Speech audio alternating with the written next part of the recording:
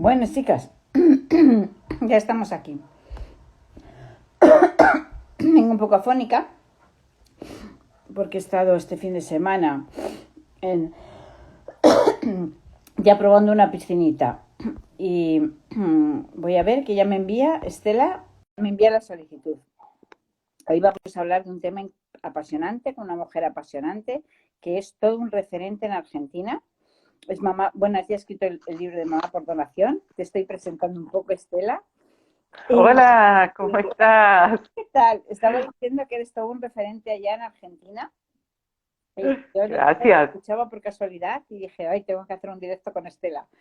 Y, y quería un poquito que te presentas. Te estaba presentando, pero ya que estás aquí, Me presento sola. presentas tú, sí, exacto. Bueno, bueno. ¿Qué haces? Y todas esas cosas.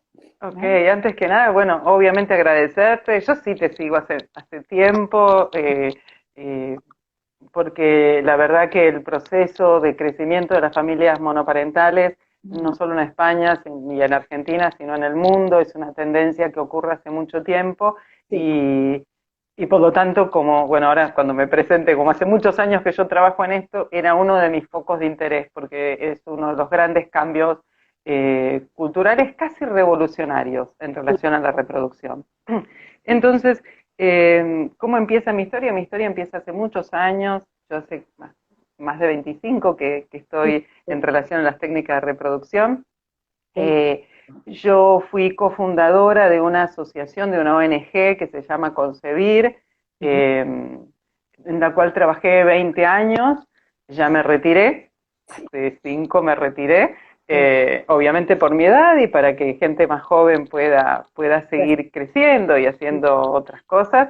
Eh, Soy mamá por ovodonación de 2 hijas muy grandes, una ya es médica, 2 hijas. Sí, me parece eh, increíble, Estela, 25 años. Yo pensaba que mi hija que tiene 18 es no, no, viste, el tiempo. Lo que pasa es que yo por eso cuando hablan de las nuevas técnicas, cuando hablan de los nuevos modelos de familia, yo siempre les digo acá, nuevo no hay tanto nuevo. Lo que hay que conseguir nuevas son nuevas mentes, porque Claro, seguimos, digamos, en tiempos nuevos con mentes viejas. Ese es claro, el claro. problema. Sí, es también a mí cuando me dicen lo de la familia monoparental es nuevo, digo, ¿cómo nuevo? O sea, hace nada se iban los hombres a la guerra y se quedaban las mujeres viudas con 12 hijos. ¿Eso qué era sino una familia monoparental? Digo, Exactamente, y como vos decís, 12 hijos, ¿no? Y no, nadie se planteaba cómo iba a ser una mujer, no, criaban y estaban ahí y sostenían. Así que sí, digamos, por supuesto que recibo y me gusta y me parece bien que se hable de diversidad, pero digo, en realidad no digamos que es nuevo. Lo que es nuevo y que es bueno es el espacio que se le da a la diversidad hoy en día. eso. Tal vez si querés ponerlo ordenado de esta manera. Pero bueno, otra de las cosas que me caracterizó desde el inicio de mi trabajo en esto, yo soy psicóloga perinatal, Sí. además de ser mamá por donación, soy psicóloga.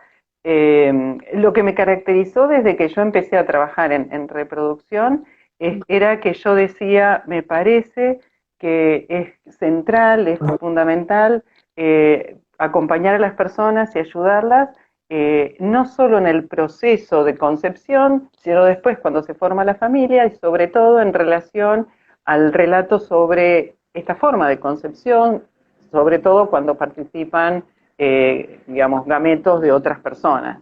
Ujú, ujú. Entonces, en esa época, hace sí, 25 años, lo que era muy común era que los profesionales, los médicos, las médicas que atendían, en esa época eran más médicos, y decían, mira, esto no importa, el bebé ya está en tu panza, no importa cómo llegó, está todo bien, cosas que son todas ciertas, ¿sí? Sí.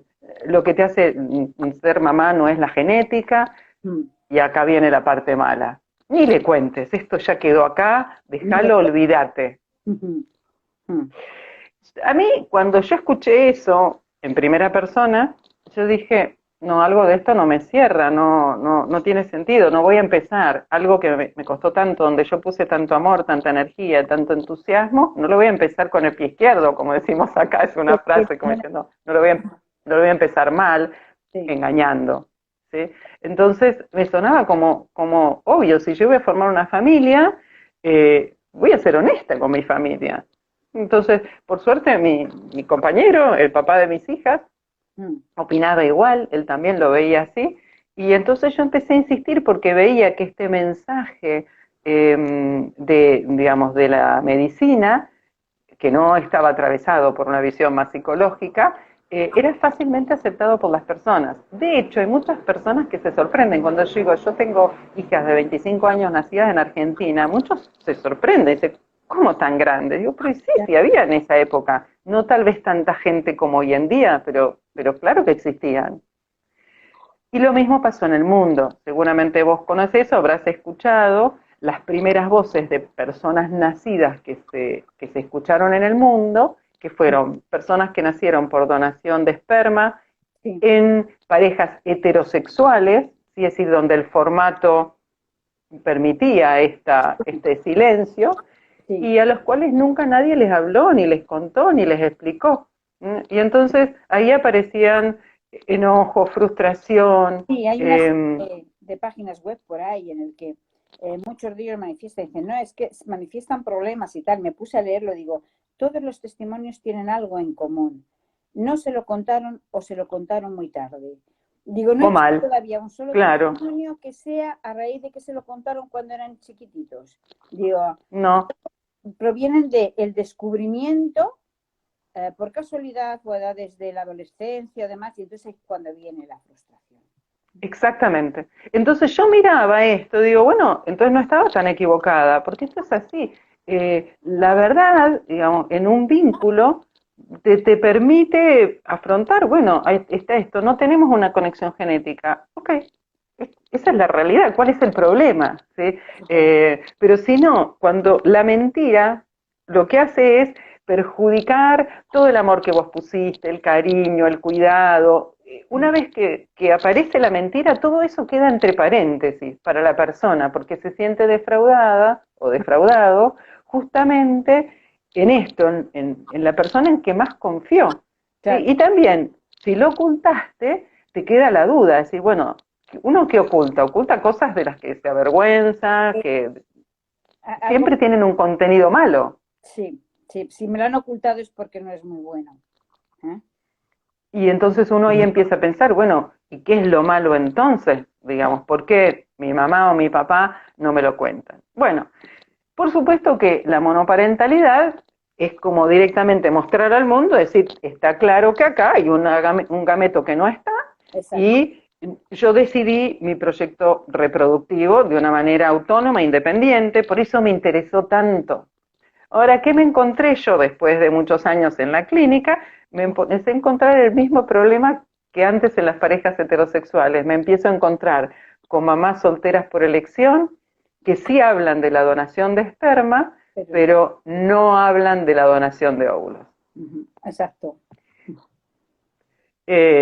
Y entonces ahí dije, ay, ¿qué pasó? ¿No? Como esto que parecía funcionar tan bien y Sí. como una manera de llegar y como una manera, digamos, de mostrarle a los demás, bueno, no hace falta mentir y la verdad que hay muchísimas cosas importantes en la maternidad o la paternidad, porque están también los papás solteros por elección, que no tienen que ver con la biología, pero bueno, cuando yo me encuentro con mamás solteras por elección que tienen dificultad de hablar de la donación, digo, bueno, lo único que hubo entonces fue parte del duelo por el formato típico, digamos, o el formato clásico de la familia, Claro. pero no se terminó de elaborar verdaderamente el duelo de lo genético, Es, porque si no, no aparecería esta dificultad.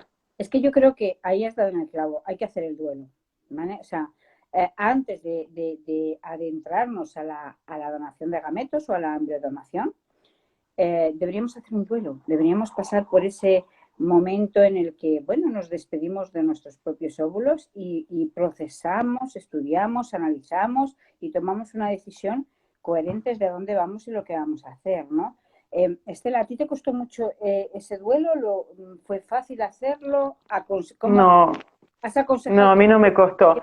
Yo por eso trato de no hablar mucho de mi experiencia personal. Yo escribí el libro, Mamá por Donación, Sí. lo escribí juntando las historias de los 20 años de trabajo en Concebir y de las dificultades que yo veía que tenían las personas. Y no hago referencia a mi propia experiencia porque yo soy un caso entre muchos y mi manera de ver las cosas, digamos, por ahí no se aproxima a lo más frecuente. Es decir, a mí me dolió tanto, sufrí tanto, porque lo que me pasaba, como mis óvulos no servían, lo que pasaba era que yo tenía muchos ovocitos, pero después los embriones no progresaban. Yeah.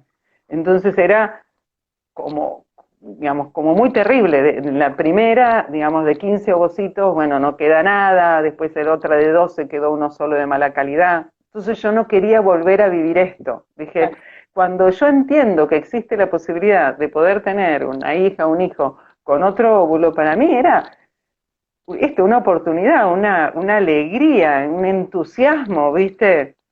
Por supuesto que fue transformador en mi vida, porque antes de esto yo tenía otra vida. Es decir, yo antes era ingeniera química, trabajaba en una empresa multinacional petrolera. Esto que me pasó fue muy importante y tuve la suerte de conocerla a Isabel Rolando, que anda por ahí, recién la vi con unos comentarios, que fue, digamos la persona con la que fundamos juntas Concebir y que trabajamos juntas esos 20 años. Es decir, obviamente, entonces yo cambié de carrera, yo cambié de trabajo, yo fundé una ONG, no es que no fue nada, pero para mí fue todo sinónimo de cosas buenas. Entonces, yo entiendo que, digamos, que cada persona tiene que hacer su propio proceso. Y es más, le digo a la gente, en vez de forzarte, porque a veces si yo hablo de mi propia experiencia, dicen, ay, pero yo no siento esa alegría. Y digo, no te preocupes. Es decir, cada uno lo vive de distinta manera. Eso no quiere decir que no podamos llegar al mismo camino. Cada uno va a hacer un recorrido diferente. Sí.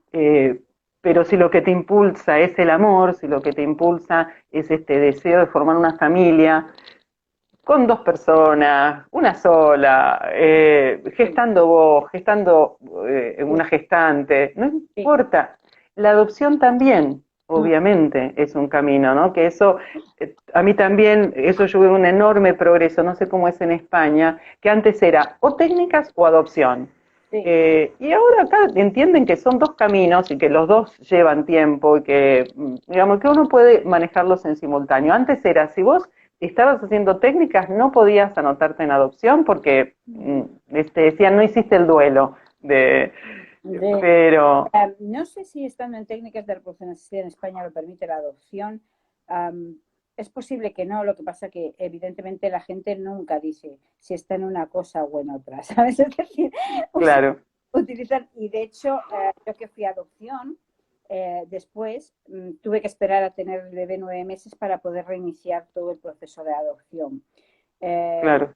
Pero también es verdad que en el momento que dices que estás embarazada, tampoco puedes seguir en los procesos de adopción. Todas aguantamos hasta que ya no se puede disimular y entonces dices, ay, que mira, que me encontré con que estoy embarazada, ¿no? Claro. Porque son procesos tan largos que tratas de acortarlos de alguna manera, ¿no? Entonces, de alguna manera, creo que no está permitido, pero se ocultan ese tipo de informaciones, porque, bueno, yo creo que en un momento dado todos tratamos de diferentes caminos. Yo había sido mamá por reproducción asistida de mi primera hija, fui a la adopción me fue difícil, no lo conseguí en Panamá, Estela, volví a los tratamientos de reproducción asistida. En aquellos momentos ya mis óvulos tampoco funcionaban, ¿no? Lo que pasa es que, como tú, yo ya estaba más o menos, mi duelo me duró escaso mes. Al mes llamé y dije, mira, de aquí vamos a dar un salto grande hasta aquí, ¿sabes? Es decir, no, ya llevo mucho desgaste de 2 años en la adopción, el otro tratamiento, yo quiero evitarme más desgaste, entonces me voy a lo fácil, me voy a lo casi seguro, ¿no? En aquel momento había que apuntarse a una lista de espera en España porque no había tantas donantes. Bueno, sí, cuando yo tuve mis hijas también, es decir, porque eran, bueno, no sé si en ese momento en España era así, antes las donantes eran pacientes que se atendían en la misma clínica que se atendía uno, Sí. y que tenían más ovocitos y no los querían usar, no querían vitrificar o criopreservar en ese momento los embriones, entonces te los daban. Y claro, por supuesto, había una lista, había que esperar un montón, no era tan fácil. Era casi un año de espera, o sea, de 9 meses a un año. Y en ese impasse que estaba yo esperando, que es verdad que a mí tampoco el duelo me costó mucho trabajo, pero bueno, yo iba a adopción y ya, bueno, llevaba un proceso, ¿no? El Eh, proceso de adopción mismo te acompañó en la elaboración de este duelo, claro. Aún así le dije al ginecólogo, me voy a mi casa, voy a hacer el duelo, me voy a despedir de los óvulos y ya le llamo. Ya le llamo, ¿no? Y al mes llamé y dije, ya me he despedido, digo, apúntame en la lista de espera, me apunté a la lista de espera y en ese tiempo de espera es cuando empecé la adopción en Marruecos, ¿no? Y al final terminé adoptando en Marruecos. Pero vamos, que es un camino largo, casi de 5 años y medio, y intenso y de muchas cosas, ¿no? De muchos vuelos en el camino. Claro, es un recorrido, exactamente, es un recorrido. Por eso a veces cuando la medicina empuja muy rápido a la solución, no te da el tiempo psicológico, emocional para procesar todo esto, ¿no? Entonces, estoy leyendo por ahí como, claro, hay veces que aparecen cuando es una pareja, cuando es una madre soltera, digamos, ella sola decide, pero cuando es una pareja hay que lograr un acuerdo en la pareja, Claro, y las dos personas de la pareja tienen que aceptar, o tienen que estar de acuerdo o tienen que entender el proceso ese es el de tema. donación. Tengo aquí una chica que dice, tengo 33 años, me acaban de diagnosticar fallo ovárico precoz. Yo no soy muy partidaria de la ovodonación, es algo personal, pero mi marido quiere la ovodonación. Llevamos apenas 3 meses casados cuando, creo que sigue un poquito más abajo, cuando ocurrió todo esto. A los 2 días del diagnóstico le dije a mi marido que yo no estaba por la ovodonación. Comenzó a llamarme egoísta y a gritarme. Tuvimos la mayor discusión de nuestra relación. Es que cuando son dos quienes tienen que tomar las decisiones, tanto en ovodonación, en predonación, en tratamientos al uso de reproductividad, inclusive en adopción, es muy complicado cuando uno de los dos dice sí y el otro dice no, porque tienen que... Obviamente. No, ¿no? Entonces, debe ser una decisión conjunta. Yo creo que Sí, porque cuando... si no después eso tiene consecuencias en la familia, Sí, porque eso de alguna manera, esa falta de consenso, esa tensión se va a transmitir y la persona que va a nacer no tiene responsabilidad, es decir, no eligió cómo nacer. Los adultos somos quienes nos tenemos que hacer cargo de nuestras decisiones. exacto. Yo creo que ahí la pareja tiene que tener un consenso, tiene que llegar a una decisión conjunta de que ambos queremos, ambos no queremos. Eh, Ambas opciones son válidas. Lo que pasa que Por supuesto. pero si es pareja tiene que ir conjunta en la decisión. Entonces, me imagino que tendréis que hablar más, no discutir, hablar, que es lo idóneo, ¿no? Sentarse con el café, el té y hablar largo entendido, que uno exponga el por qué sí, el otro exponga por qué no, intentar de alguna manera ver cuáles son los miedos de uno o cuáles son los miedos de otro y en todo caso inclusive hacer una terapia conjunta podría venirles bien, ¿no? En un De momento. nuevo, la terapia si los dos quieren, porque, Claro, digamos, también creo que es interesante porque es un desafío, yo digo, bueno, es el primer desafío que cuando hay una pareja va a tener que enfrentar en relación a la paternidad, ¿sí? sí, Porque después son todos, digamos, todas las decisiones cuando es una pareja y tienen un hijo o una hija, van a tener que tomar decisiones conjuntas y no van a estar de acuerdo siempre. ¿Sí? En claro. todo caso, esta es la primera, como una prueba, decir, ok, tenemos que aprender a ponernos de acuerdo, pero es tan importante, porque si vos, por ejemplo, no te pones de acuerdo con el colegio, podés cambiar. Si vos no te pones de acuerdo dónde vivir, te podés mudar. No puedes cambiar.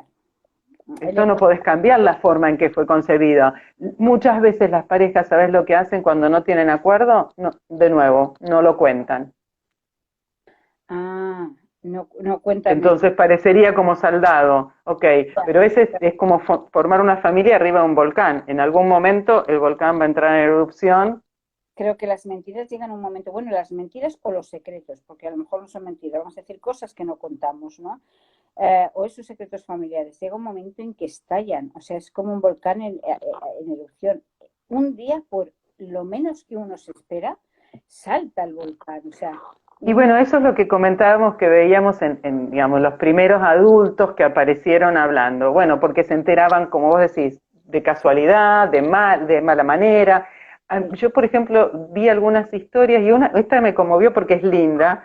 Era un hombre que había nacido por donación de esperma y, y bueno, los padres habían decidido no contarle y cuando muere el padre, la mamá le dice, y la respuesta de él fue maravillosa, dice, yo no puedo creer que me hayan ocultado esto, dice, porque me privaron de la posibilidad de decirle a papá que para mí no era importante quién había dado el espermatozoide, sino que yo lo quería a él como papá.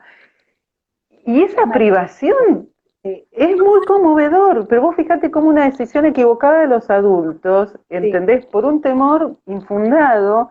Imagínate ese papá la alegría, la emoción que hubiera tenido en su vida si podía escuchar a su hijo que decía, papá, ¿qué importa? Es decir, justamente te quiero más porque vos te animaste, te decidiste, tuviste el coraje, tuviste la integridad de decir, voy a aceptar lo que me dé para formar mi familia.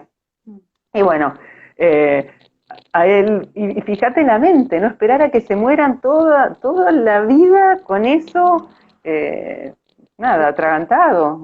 Es que estás toda la vida con un tema atragantado, además con miedo a que en cualquier momento salte o se sepa. Puede saltar y separarse por 50. Hasta en una propia discusión familiar, a alguien se lo has contado, a tu madre, tal, y cuando discutimos, la madre, las hermanas, o sean, pues sale por la boca de todo, ¿no? Y de repente alguien va y lo suelta, ¿no? El mismo matrimonio se separa y va el uno y le suelta para hacerle daño al otro, ¿no? Entonces, eso parece mentira, porque uno tendería a pensar que uno debería ser protector hacia sus hijas y sus hijos. Sabemos que la realidad no siempre es así, se nota mucho en las separaciones, donde es tanto el enojo con el compañero o la compañera que hacen daño y terminan dañando, ¿entendés?, a sus propios hijos. Es muy doloroso, ¿no? Entonces, por eso creo que la honestidad y la transparencia es la mejor forma. Muchas veces preguntan cómo, y yo les digo, por ejemplo, en relación a los libros. ¿Cómo contarlo? ¿Cómo contarlo? ¿Cómo contarlo, no? Los libros son un acompañamiento, pero el cómo contar es una construcción de cada familia. Yo siempre digo, no sirven las recetas. Trato a veces de acompañar a las personas que se den cuenta que hay muchos temas más difíciles que esto, en los cuales uno habla con espontaneidad con sus hijos. Yo siempre le digo, por ejemplo, cuando vos le explicás que no tiene que meter los dedos en el enchufe, ¿entendés? O cuando vos le explicás cuándo es día y cuándo es de noche, estás hablando de cosas que, porque te dicen a veces, ¿va a entender que es un óvulo, un espermatozoide? Le digo, sí, los chicos de hoy en día entienden qué es el wifi o qué es quedarse sin datos. Digo que a mí me costó años de mi vida adulta. Sí. Y los chicos enseguida. ¿Cómo no van a entender eso? El problema es tuyo que no podés usar la palabra célula. Le digo, si usan celular, digo, a lo sumo lo peor que te puede pasar es que vos le decís, necesitamos una célula de otra persona o de una mujer y que te diga, un celular, y vos le decís, no, una célula, que es otra cosa. Pero digamos, pero bueno, estos temores son a veces de cada familia. Cada familia tiene características propias. Cuando son una pareja, las duplicamos, ¿sí? Entonces, realmente, lo que uno tiene que entender es que la narración empieza como interna. Es decir, uno tiene que tener claras algunas cosas de cómo le gustaría comunicarse con esa persona nacida por donación. Después, en relación a la estrategia, para aquellos que deciden hablar, hay claramente dos criterios. Hay algunos que eligen el famoso desde siempre, eso está en investigaciones, hay muchas investigaciones de España muy lindas, unas colegas conocidas, pero se ve también en la clínica. Están los que dicen, yo le quiero contar desde siempre. Entonces le cuentan desde la panza, le cuentan cuando nació, le cuentan cuando es bebé, cuando le están cambiando. Desde siempre, siempre estuvo y por lo tanto siempre fue un tema que estuvo dando vueltas por allí. Y hay otros que dicen el momento adecuado, ojo con el momento adecuado, ¿no? Yo pongo comillas con el momento adecuado porque el momento adecuado tiene un límite. El límite es el tiempo en el cual los niños y las niñas habitualmente empiezan a preguntar por el origen, no propio, sino en general, ¿no?, de los bebés. cómo se hacen los bebés, cómo salen los bebés, dónde, qué hace, digamos, cuando alguien te dice, uy, que esa señora que tiene en la panza tiene un bebé en la panza, ahí ya ese es el momento donde están preguntando algo en relación a la reproducción. Entonces, si vos te quedás esperando, si tu hija o tu hijo te va a preguntar, perdón, yo nací por técnica de reproducción humana asistida con donación de gametos, eso no te lo va a preguntar nunca. No te va a preguntar nunca, evidentemente, ¿no? Te va a preguntar eso, ¿viste? O te va a decir, quiero tener un hermanito, una hermanita, o fui al jardín y fulano dijo que va a tener un hermanito. Ahí, esos puntos. Estuve en la tripita, o cosas de ese estilo, cómo nací. Exactamente. Hay que escuchar eso. Y ahí es donde uno puede empezar a agregar, digamos, la explicación está. Y yo siempre digo, empecemos por lo que nos movilizó. Y yo te pregunto a vos, ¿qué te movilizó a ser mamá? El deseo. El deseo. No fue la donación. No. El deseo te movió. La donación vino después. ¿Sí? Claro, entonces, digo, viene después. No hay que empezar por la donación. Cuando empezamos a hablar por este deseo, por el deseo, por el amor, por los sueños. Yo digo lo mismo, que empezar a contarles por las ganas que tenía de tenerte, de que estuvieses conmigo, de que vinieses al mundo, pensaba cómo seguías, y todo eso lo vas envolviendo para llegar a entrar en contar al final el origen. Exactamente, porque si uno empieza a hablar de los óvulos y eso no tiene mucho sentido, ¿no? Entonces, primero es esto, estar atento, prestar mucha atención a lo que nos van diciendo, porque los chicos efectivamente, depende mucho del desarrollo del lenguaje, porque hay chicos que empiezan a hablar a los 2, y, digamos, hablar de estos temas a los 2 añitos. A 1 año empiezan ya a hablar algunos. Claro, pero ya después de los 4 años, si no puedes tener una conversación con él, que también puede pasar, que digamos tu hija o tu hijo tenga alguna discapacidad, algún problema, entonces claramente el mensaje se lo vas a tener que transmitir de otra forma. También más temprano, a veces, digamos, si existiera algún problema en el desarrollo, tampoco usar eso como excusa para no haber hablado, porque uno también les habla de muchos otros temas. Entonces, pero si pasó más de 4 años, 5, y no hablaste nunca de cómo nacen los bebés, y algo pasó ahí, algo se quebró, o no escuchaste, o no prestaste atención, o hay algo del silencio. El problema es que los niños luego son muy dados a su propia fantasía, ¿no? Y entonces generan su propia historia en su mente. Confabulan de alguna manera y se inventan ellos su propia historia. Entonces, desmontar la historia que ellos se han metido en su cabeza luego va a costar muchísimo más trabajo, ¿no? Exacto. Bueno, y eso pasa, digamos, en relación a las familias monoparentales. A veces que muchas mamás se sorprenden porque dicen, pero si yo ya le expliqué, yo ya le dije que acá no hay papá, que somos la familia, somos nosotros, y igual los hijos y las hijas a veces se inventan un papá, o a veces le dicen papá a otra persona. Y yo digo, no hay que asustarse, eso le pasó. Bueno, y sabía, ella ya sabía. Temporal, totalmente, tendría ya pues en torno a los 5 añitos, ¿no? Entonces, mi vecino, que tenía 2 niños de 3 añitos mayores, los llevaba, y para que yo pudiese ir un poco más ligera de tiempo, llevaba a los 3, que el colegio está aquí cerca, los llevaba por las mañanas, ¿no? Entonces, ella confabuló su historia, y cuando le preguntaron, dijo, este es mi papá. Entonces, el vecino me vino un día y dijo, mira, yo no es por nada, solo contártelo para que tú hagas lo que quieras. La niña va diciendo en el colegio que yo soy su papá. Dije, hombre, yo, mujer, no te ponga ninguna pega. Claro. Digo, por parte de la niña, lo mejor es no darle la mayor importancia. Es normal que confabule, que se esté inventando un papá, o que ella vea papás y mamás y tal, y aunque ya sabe todo, se le pasará y se le olvidará el tema y demás. Entonces la niña llegó a casa y yo hablaba con ella normal y corriente, de vez en cuando. Bueno, leíamos el cuento, le contaba otra vez la diversidad de las familias, de aquí. Y ya está, y a los pocos meses dejó de decir lo del papá. Se acabó el tema. Exactamente, no preocuparse, sino asustarse, sobre todo porque uno sabe que entendió. Entonces es parte de un proceso. El mismo, pero yo siempre digo, nosotros como adultos nos tomamos un montón de tiempo para el duelo por el formato de familia, para el duelo genético, para el duelo de la panza, y pretendemos que nuestros hijos y nuestras hijas lo acepten inmediatamente, sencillamente porque nosotros se lo dijimos. Ellos también van a hacer un proceso de elaborar la diferencia, si tal vez mi familia no tiene la forma que otras familias, elaborar, bueno, esto, ok, no tengo papá, pero esto las mamás solteras por elección son muy activas, de mostrarle, ok, no tenés papá, pero sí tenés un montón de otras cosas en la vida, ¿no? Sí.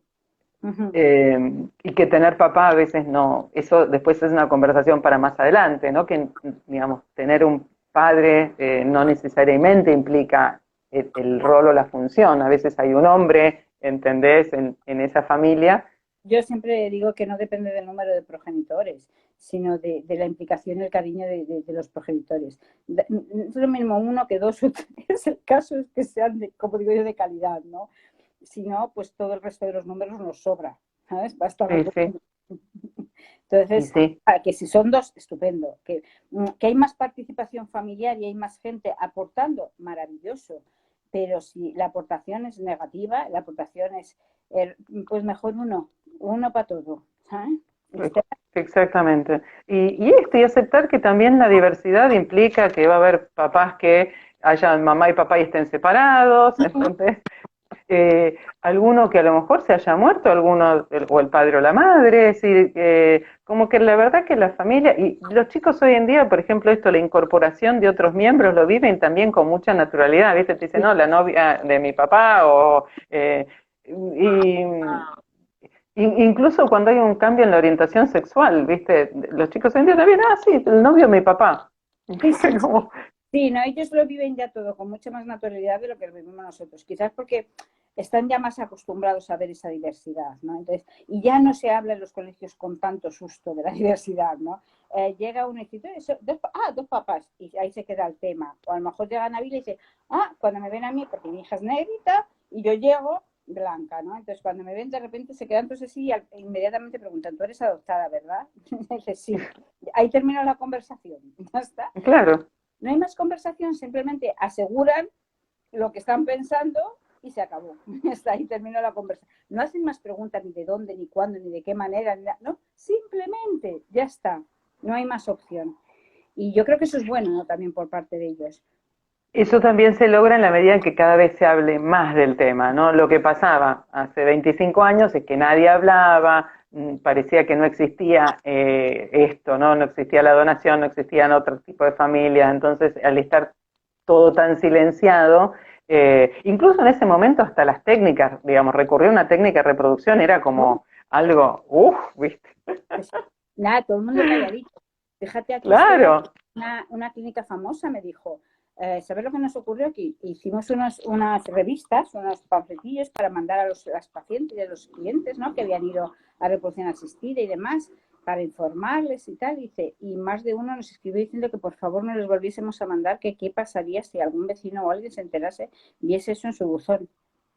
Claro, claro. Hace 15 años, ¿no? Hoy en día no sé si pasaría lo mismo, ¿no? Pero era como ocultarlo. O sea, el hecho de exactamente. natural era ya una especie de, no hemos sido, más por toda la educación femenina que hemos tenido, no hemos sido capaces de. Entonces es como... Yo creo que eso ayudó un montón. Este cambio de posición de las mujeres también ayudó un montón, ¿no?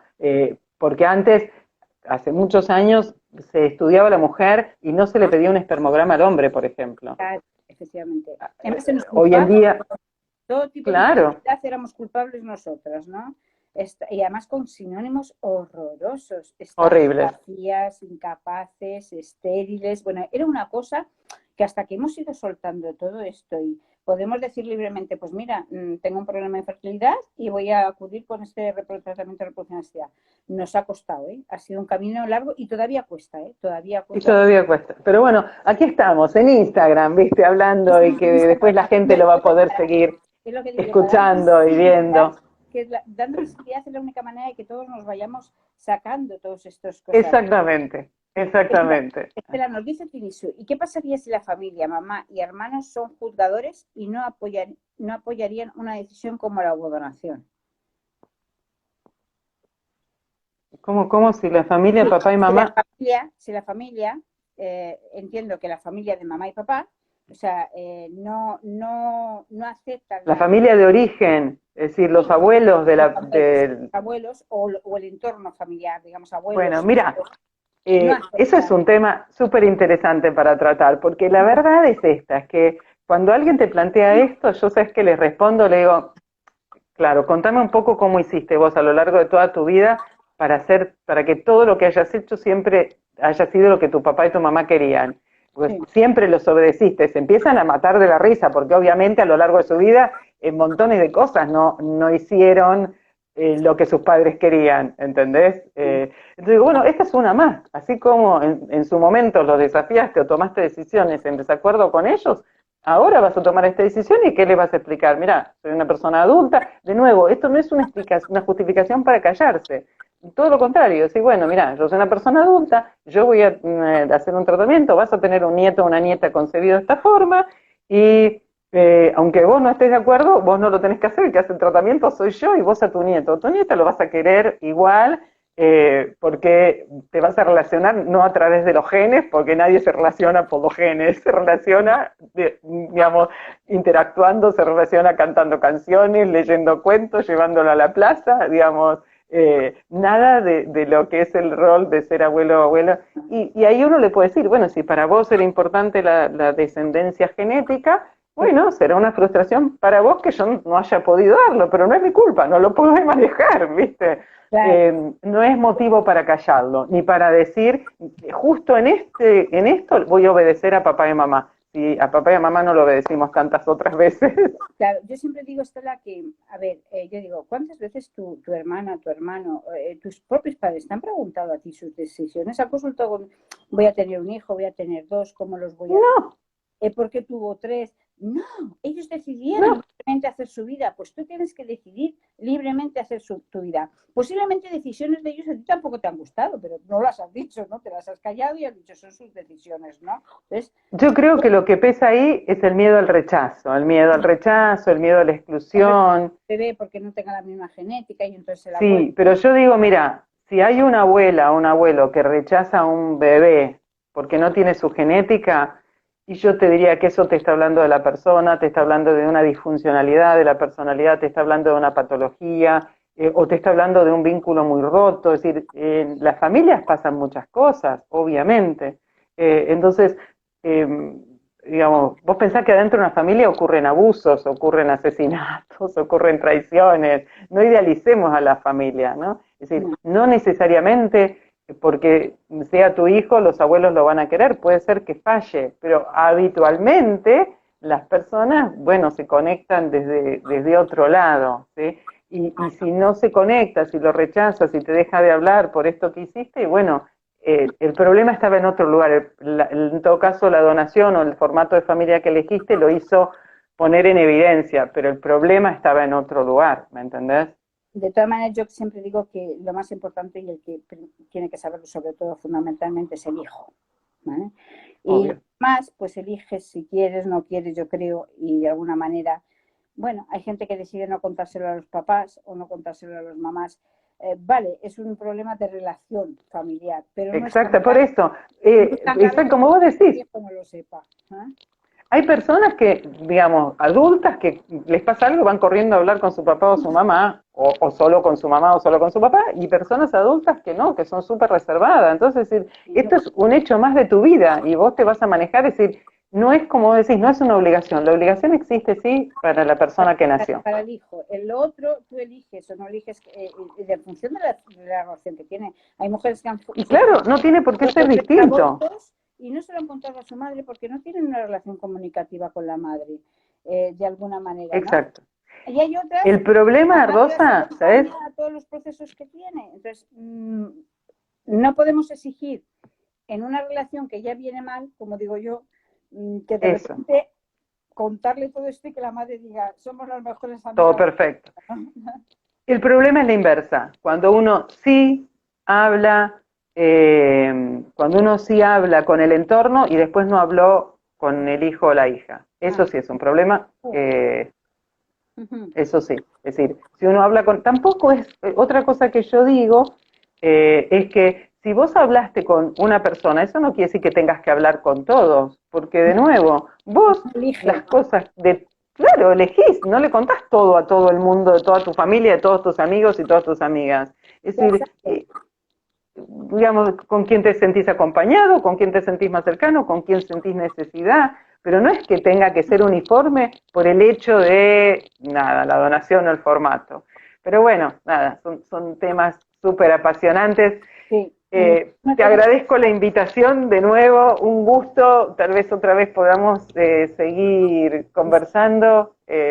Nada, súper lindo. Acá te conocemos en Argentina, te conocen. No sabía que, o sea, sé que alguien me conoce y tal, ¿no? Pero tampoco sé el efecto y la repercusión que puede llegar a tener, bueno, por lo que escribo, lo que dejo de hacer no lo sé. Y bueno, la huella que vas dejando. Bueno, vosotros también, porque ya os estoy siguiendo y la verdad es que la huella que dejáis también, Estela, es impresionante, ¿no? La verdad es que te he descubierto ahora. Igual el mérito de concebir ahora es de otros, porque las autoridades son muy activas, hacen muchísimas actividades, pero ya son otros. Pero bueno, yo también siento que es lo que sembré, los quiero todos muchísimo y los veo que trabajan un montón en las redes. Y la verdad que la virtualidad en esto ayudó bastante también sí, porque a conectar. ¿Sabes lo que pasa, Estela? Que ya no es solamente un tema que a lo mejor se trate solo en España o se trate solo en México, no, que empieza a ser transversal, ¿no? Entonces, como Exacto. que aprendemos de lo que contáis allí, aprendéis de lo que contamos aquí, nos enteramos de los avances que hay por México, de los avances que hay por otro lado, con lo cual la lucha empieza a ser un poco más conjunta, ¿no? Y creo que juntas y unidas ganamos mucho más que separadas, ¿no? Entonces, obviamente, potenciar y acompañar. Bueno, un placer, un gusto a todos los que nos siguieron, a los que después supongo que lo verán más adelante. Sí, lo he guardado, te lo compartiré y bueno. Y buenísimo que lo vean. Volveremos a vernos y volveremos a hablar. Seguro. Me encantó charlar contigo. A mí también. Un beso enorme. Que estés muy bien. Chao. Sí, chicas, se queda guardado el directo. Un abrazo a todas.